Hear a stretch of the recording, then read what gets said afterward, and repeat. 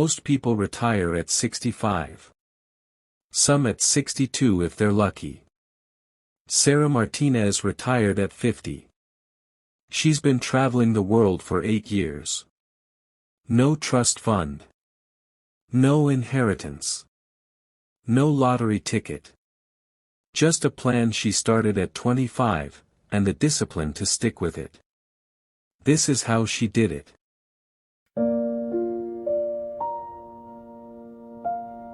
Sarah was 25 when she made the decision. Fresh out of college. First real job as a high school English teacher in Phoenix. Salary, $38,000 a year. She was sitting in the teacher's lounge when she overheard two veteran teachers, both in their early 60s, talking about retirement. 5 more years, one said. I'm so tired. I've got 7, the other replied. Don't know if I can make it. Sarah did the math in her head. She was 25. If she taught until 65, that was 40 years. 40 years in the same building. The same schedule. The same routine. She went home that night and Googled, "Can you retire early?" That's when she discovered FIRE. Financial independence, retire early. The concept was simple: save aggressively early, live below your means, invest consistently, and retire decades before everyone else. Sarah read everything. Blogs. Books. Forums. And then she ran the numbers. On a $38,000 teacher salary, it seemed impossible. But Sarah decided to try anyway. Here's what Sarah did, and it's not what most financial advisors recommend. Year 1 to 5, age 25 to 30. Sarah's salary, $38,000. Most people would say, you can't save much on that income. Sarah saved 50% of her take-home pay. Here's how. She got 2 roommates. Her rent went from $900 to $400. That's $6,000 a year saved. She drove a 1998 Honda Civic she bought for $2,500 cash. No car payment. That's another $4,000 a year saved. She packed lunch every day. Made coffee at home. Cut cable. Shopped at thrift stores. People thought she was broke. She was actually saving $15,000 a year.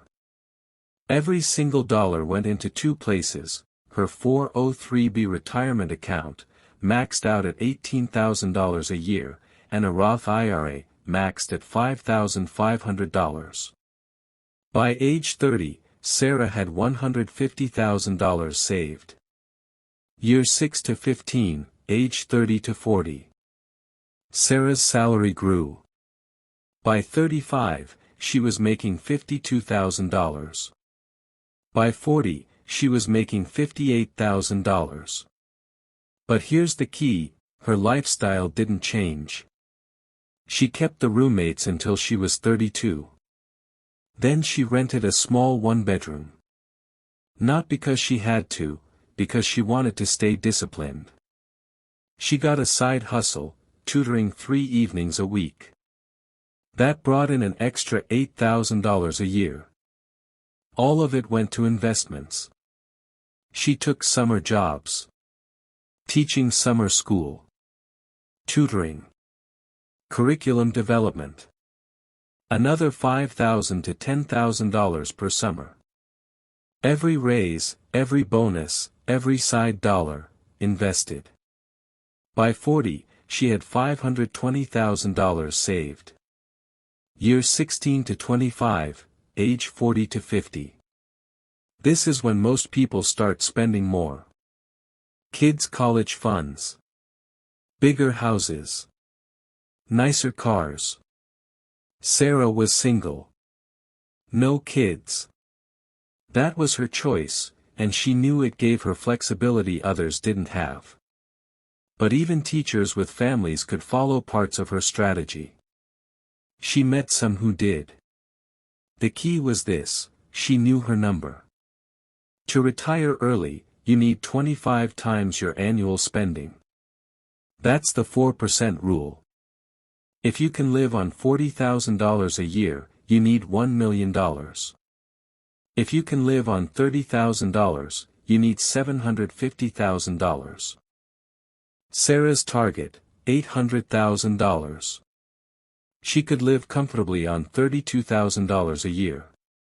By age 48, she hit $780,000.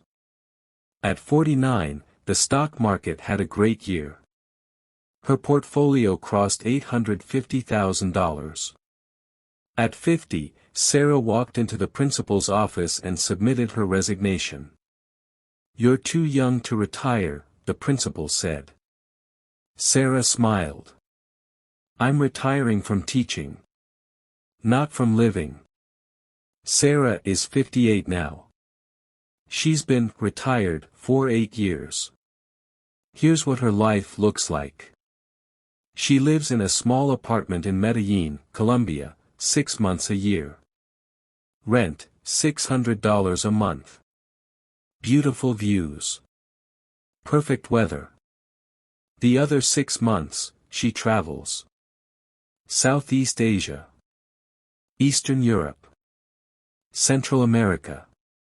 Places where her dollar goes far.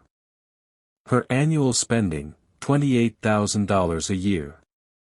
She's actually spending less than her plan allowed. Her portfolio today, $1.1 million. It's grown, even though she's been withdrawing from it. She tutors English online. 3 hours a week. Not because she needs the money, because she enjoys it. That brings in about $6,000 a year, which she usually doesn't even touch. She's learned Spanish. Taken up photography.